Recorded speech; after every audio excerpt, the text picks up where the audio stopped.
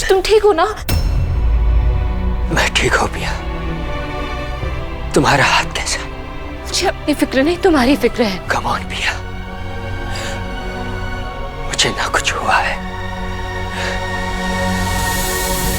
और ना कुछ होगा। मैं तुम्हारे लिए बिस्तर लगाती हूँ।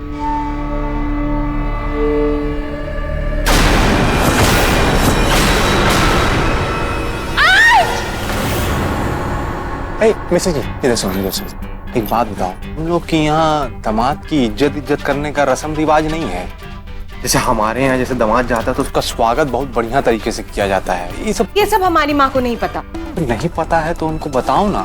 नहीं समझा सकते हैं। अरे क्यों नहीं समझा सकते हैं? क्योंकि हमारी माँ कोई ऐसी वैसी चुड़ैल नहीं है, सबसे शक्तिशाली चुड़ैल है। सारे चमगादड़ उनसे डर के थर-थर करके कांपते हैं। अरे यार, हम मानते हैं कि सारे चमगादड़ तुम्हारी अम्मा को देख के थर-थर करके कांपते हैं। वो सबको कच्चा चबा जाती होंगी, सबसे ज्यादा सीनियर। नहीं, चबाती नहीं है, सीधा निगल लेती है। क्या बात कर रही हो बे? हाँ। अबे चुड़ैल है कि एनाकोंडा है? एनाकोंडा?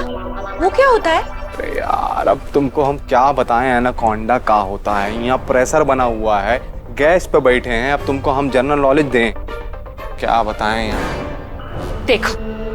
देखो अंश की क्या हालत हुई है तुम्हारी वजह से। ये तुम क्या कह रही हो पिया? मेरी वजह से? भोलेपन का नाटक मत करो दी। तुम अच्छी तरह जानते हो मैं क्या कह रही हूँ। क्या हुआ पिया? तुम इस तरह क्यों चिल्ला रही हो देख कर? देखिए अंश की क्या हालत हो गई है। अंश? अंश? क्या? अंश? अंश? ये क्या हो गया अंश को? अंश के शरीर पे ये जख्म कैसे? पिया, इसकी ये हालत कैसे हुई? ये सब इसकी वजह से हुआ है। अंश की ऐसी हालत का जिम्मेदार ये है। क्या बोल रही हो पिया? देव का इससे क्या लेना देना? मुझे नहीं पता पापा, वो तो यही बता सकता है। या तुम गलत समझ रही हो? गलत समझ रही हो? मुझे अच्छी तरह से पता है अंश की ये हालत दैविक रक्षा कवच द्रव्य की वजह से हुई है। जिसकी वजह से अंश मुझे छूता है तो उसे ये जख्म हो जाता है। क्या? दैविक रक्षा कवच द्रव्य? अब ये क्या है? दैविक रक्षा कवच ऐसा द्रव्य है जो सिर्फ एक दैविक बना सकता है। मैंने वो द्रव्य नहीं बनाया तो कौन बचा? ये। तुम गलत समझ रही हो पिया। अंश की इस हालत का जिम्मेदार मैं नहीं हूँ। तुम नहीं हो तो और कौन है? कौन वो द्रव्य बना सकता है, बताओ मुझे। पिया बेटा, उस द्रव्य की वजह से अंश तुम्हें अगर छू नहीं पा रहा है तो इसका मतलब है कि उस द्रव्य का असर तुम्हारे ऊपर है बेटा। देव किसके लिए कैसे जिम्मेदार हुआ? वो मुझे नहीं पता पापा, लेकिन मुझे ये पता है कि इसके पीछे इसी का हाथ है। हो सकता है इसने वो द्रव्य मुझ पर डाल दिया हो, जिसकी वजह से मैं और अंश एक दूसरे को छू नहीं पा रहे हैं। पिया, अंश को लेकर तुम्हारी ये चिंता जायज है, लेकिन बिना किसी सबूत के देव पर उंगली उठाना ये तो ठीक नहीं है ना? हाँ पिया, देव तो एक दैविक है ना। पर दैविक कभी गलत नहीं कर सकता। गलत नहीं कर सकता? माँ देखिए अंश की हालत, ये गलत नहीं है। अगर ये गलत नहीं कर सकता तो ये अंश के साथ जो हुआ है वो सही हुआ है। क्यों कर रहे हो तुम ऐसा? क्या चाहते हो तुम हमसे? क्या दुश्मनी है तुम्हारी हमसे? क्यों आए हो यहाँ? बोलो, जवाब दो। दे तुम समझने की कोशिश क्यों नहीं कर रही हो? इसकी इस हालत का जिम्मेदार मैं नहीं हूँ, तुम हो।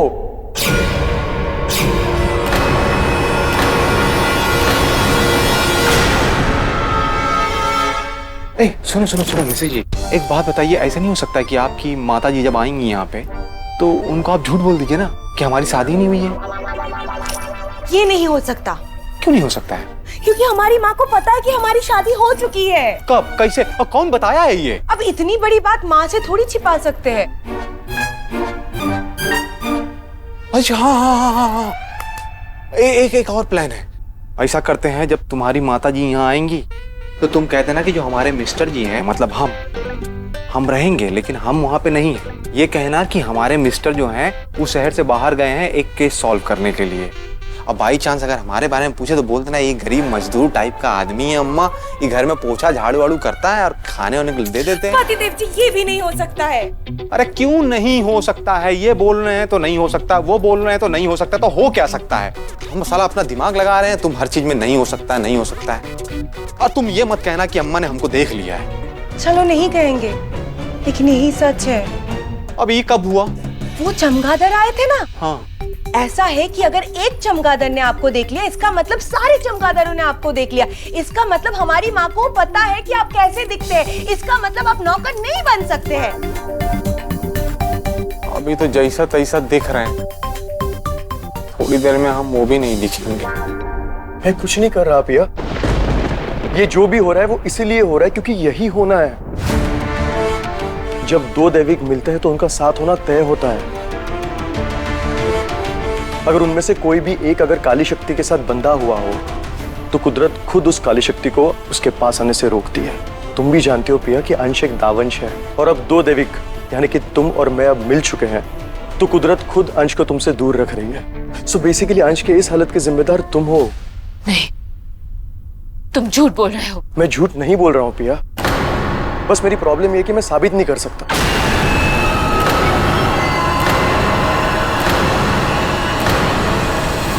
अगर तुम्हारी माँ जिंदा होती ना तो वो तुम्हें जरूर एक्सप्लेन करती। वो मुझे जानती थी। क्या मेरी माँ तुम्हें जानती थी? बहुत अच्छी तरह से। इनफैक्ट उन्होंने मुझे बताया था कि मैं एक दैविक हूँ, और मैंने भी कई बार काली शक्तियों को पकड़ने में उनकी मदद की थी।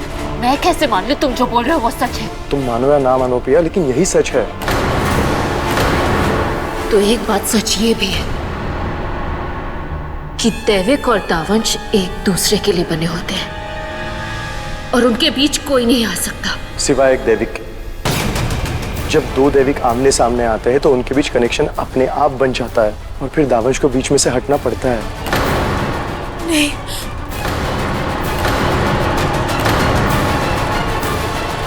अगर ऐसा है तो बेहतर है तुम यहाँ से चले जाओ। मेरे जाने से अगर कुछ बदलने वाला होता तो मैं जरूर चला जाता, लेकिन मेरे जाने से अंश की हालत सुधरने वाली नहीं है। हमारे बीच कनेक्शन बन चुका है, मेरे दूर जाने से वो टूटने वाला नहीं है। इसका मतलब समझती हो? जब तक तुम अंश के आसपास रहोगे उसकी हालत ऐसी ही रहेगी। तुम हो अंश के दर्द की वजह, और इसे खत्म भी तुम ही कर सकती हो, अंश से दूर जाके।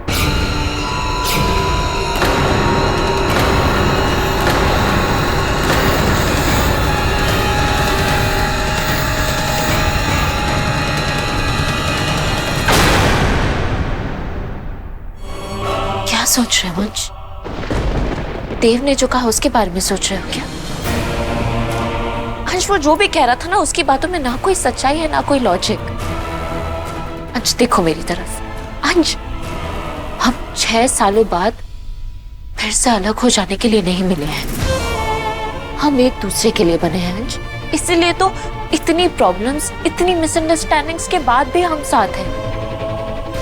हमारे बीच कोई नहीं आ सकता।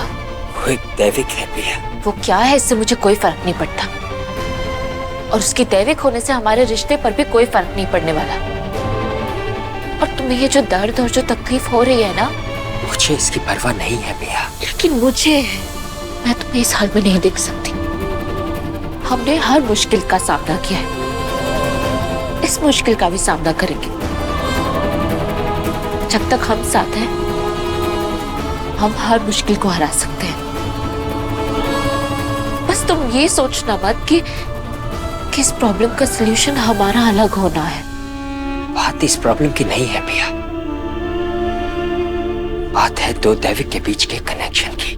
मेरा कनेक्शन सिर्फ तुमसे है अंश, और तुमसे ही रहेगा।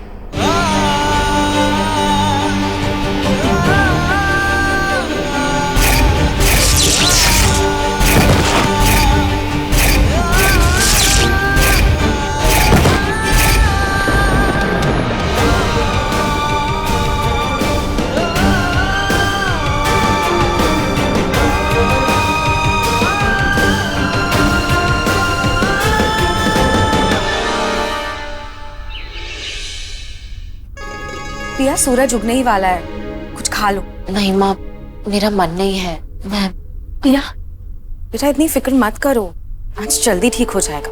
आओ चलो कुछ खा लो। पिया, सरगी सास का आशीर्वाद होती है और आशीर्वाद को मना नहीं करते। आज करवा चौथ है, पूरा दिन भूखा प्यासा रहना पड़ेगा। यही वक्त है खाने का, जल्दी से खा लो।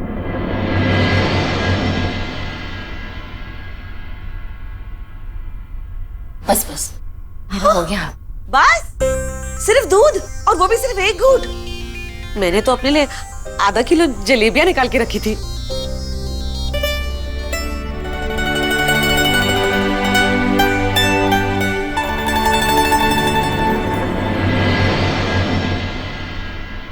मैंने करवा चौथ के लिए बिल्डिंग की औरतों को बुला लिया है और मेहंदी वाली को भी बुलाया है।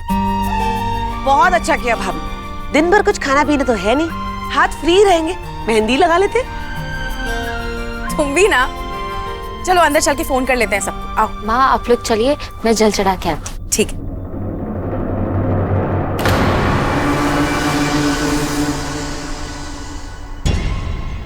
मेरे रास्ते से हटो। नहीं हट सकता। हमारे रास्ते भी एक है और मंजिल भी। ये तुम्हारी गलतफहमी है। गलतफहमी में तुम हो पिया।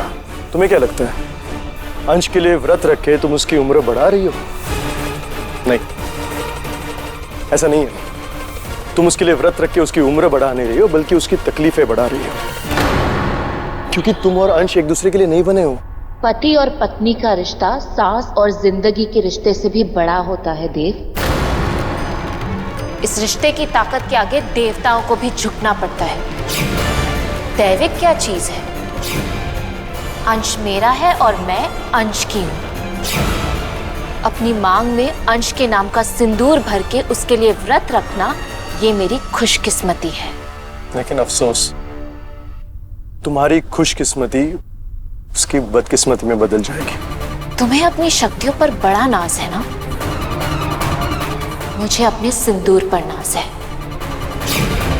अब मुकाबला तुम्हारी शक्तियों और सिंदूर में होगा।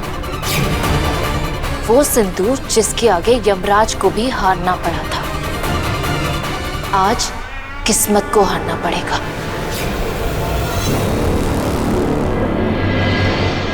मैं तुलसी माता के सामने इस अग्नि को साक्षी मान के ये संकल्प लेती हूँ कि मैं अपने पति को कुछ नहीं होने दूंगी। मैं ये व्रत रखूंगी और इसे पूरा भी करूंगी। ऐसा करके तुम क्या साबित करना चाहती हो? यही कि ये दैविक अपने दावंश पति के लिए किसी भी हद तक जा सकती है। काली शक्ति तो क्या, दैविक का भी सामना कर सकती है। तुम्हारी जिद तुम्हारे पति के लिए बहुत महंगी पड़ेगी। ये मेरी जिद नहीं है, मेरा विश्वास है। देखते हैं जीत किसकी होती है, तुम्हारे दावे की या मेरे विश्वास की।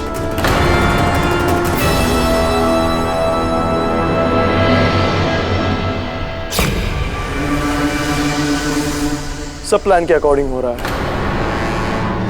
अंश और पिया एक दूसरे के करीब नहीं आ पा रहे। तुमने जो दैविक रक्षा कवच द्रव्य पौधों पे छिड़का था, पिया ने उसे छू लिया था, जिसके वजह से पिया पे दैविक रक्षा कवच का असर हो गया, जो अंश को उससे दूर रख रहा है।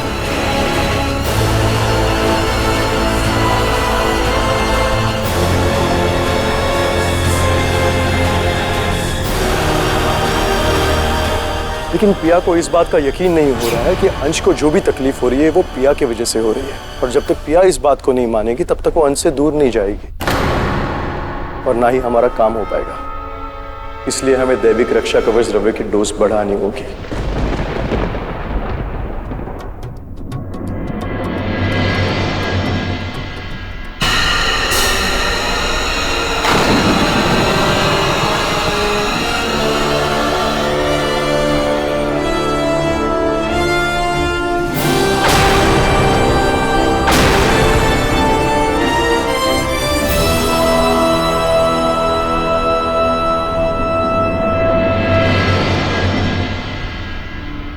मेहंदी वाली, ये बहुत अच्छी मेहंदी लगाती है, तुम इन्हीं से लगवाना। हाँ जी चाची जी।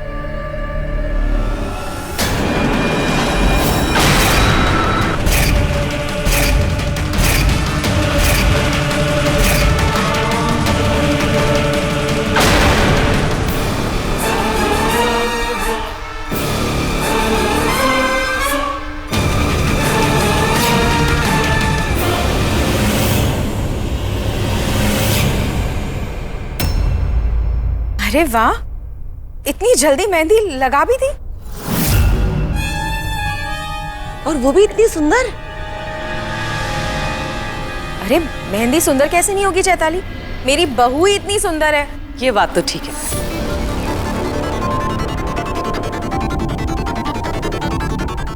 ये आप ले लीजिए। माँ, मैं अंश को देख कर आती हूँ। हाँ ठीक है, लाओ।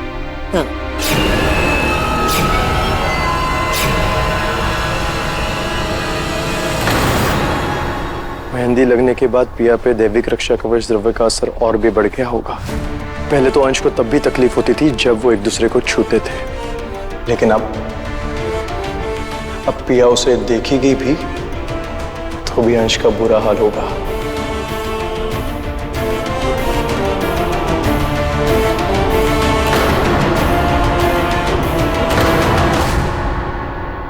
अंश बेटा, तुम यहाँ क्या कर रहे हो? तुझे आराम करना चाहिए। हाँ अंश, भैया बिल्कुल ठीक कह रहे हैं। चाचू, कितना आराम करूं? आराम करते करते बोर हो गया था, इसीलिए नीचे आ गया। बहुत खूबसूरत है। जी, थैंक यू।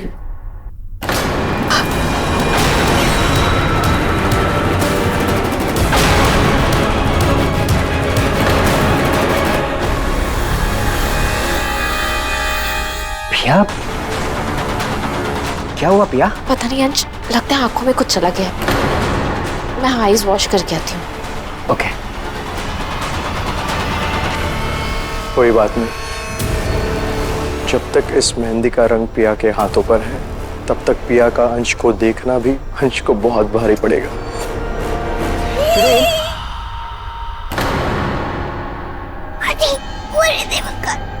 नानू पापा, देव अंकल यही हैं। ओके बेटा, तुम्हें हमारा एक काम करना होगा। देव अंकल की फोटो लेकर मुझे भेजनी होगी, लेकिन ध्यान रहे देव अंकल को इसके बारे में पता नहीं चलना चाहिए। ओके? लेकिन क्यों नानू पापा?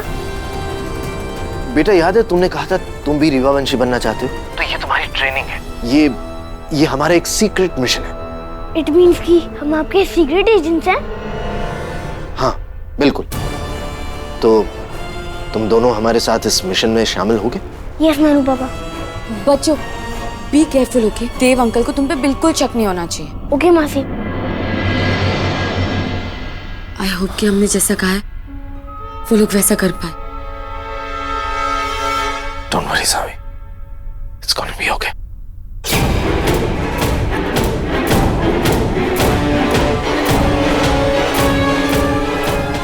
ओह नो, अब कैसे खींचेंगे फोटो?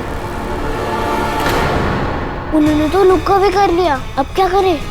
आदि, लो फोन मुझे दो। बी केयरफुल, नानू पापा ने कहा है कि उनको पता नहीं चलना चाहिए। ओके आदि भैया।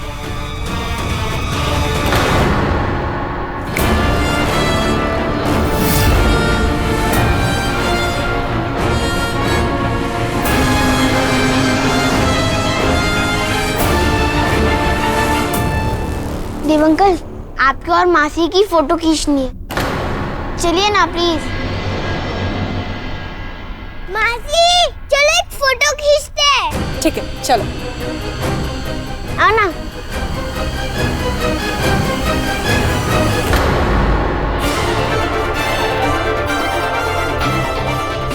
स्माइल।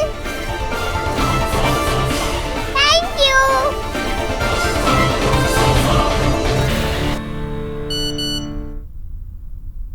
That picture. चलो चलकर उनसे पूछते हैं। माँ नमस्ते, कैसी हो तुम? ये तुम्हारी अम्मा है कहीं? अरे पैर छुओ, पैर छुओ, माँ के पैर छुओ। पैर छूना पड़ेगा? हाँ छुओ छुओ छुओ। और ये भी चुड़ैल है। हाँ अरे बोलिए ना कि आप भी चुड़ैल है। हाँ हम भी चुड़ैल हैं, चुड़ैल। ये क्या किया तुमने?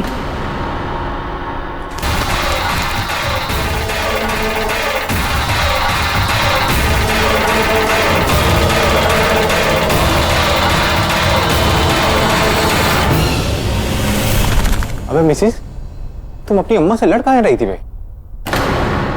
वो क्या हुआ, उनको अपना दामाद पसंद नहीं आया क्या? नहीं, उन्हें लगता है कि आप चुड़ैल नहीं है। हाँ तो इसमें उनको गलत क्या लगता है?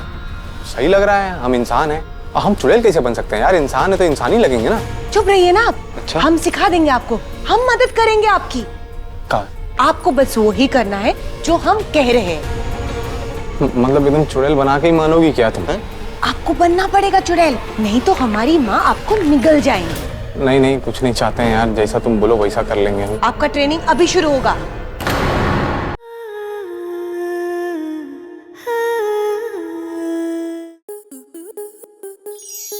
स्टार प्लस के ऐसे ही और बेहतरीन लम्हे देखने के लिए सब्सक्राइब करें हमारे YouTube चैनल को।